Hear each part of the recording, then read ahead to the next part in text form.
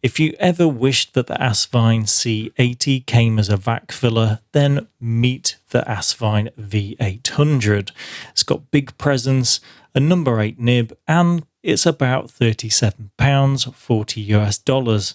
But is it any good? Let's find out.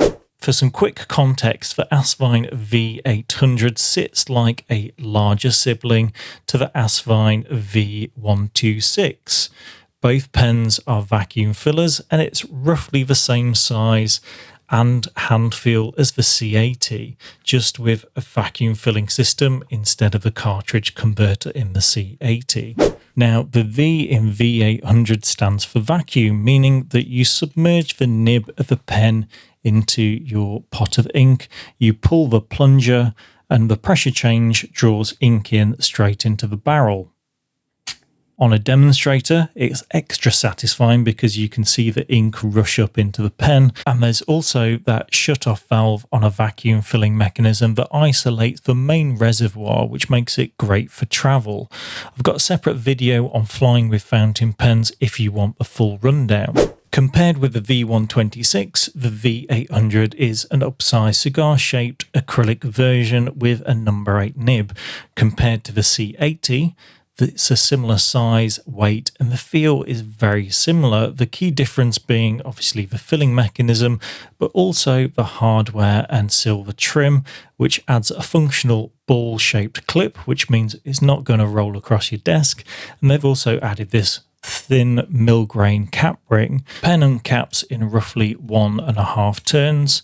It's maybe a touch quicker than my Asvine C80, and you get the same number 8 steel nib as that used on the C80 and C2000, so they are interchangeable if you've got a couple of those other pens.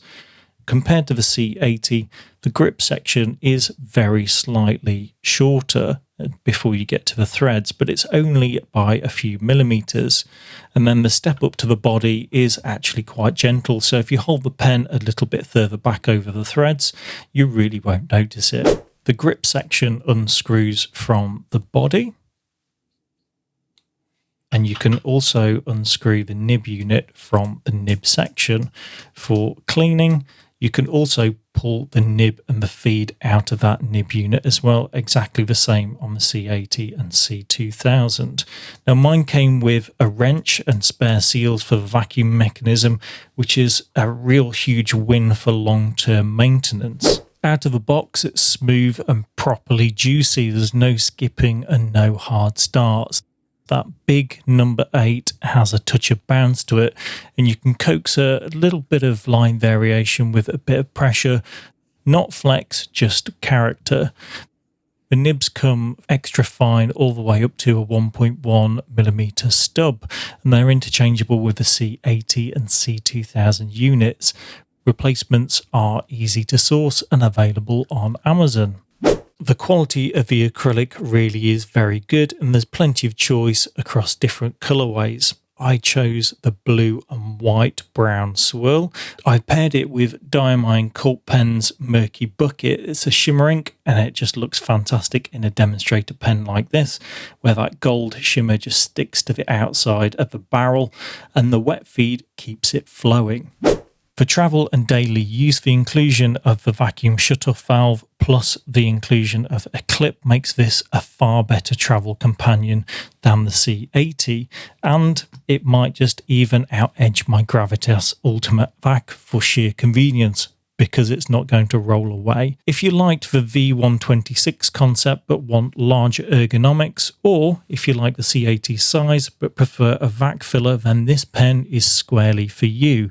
It's big, it's bold, it's affordable and genuinely practical. For the price, it's an easy yes. So for a vac filler of this size, are you going to go for a 1.1 stub or a broad?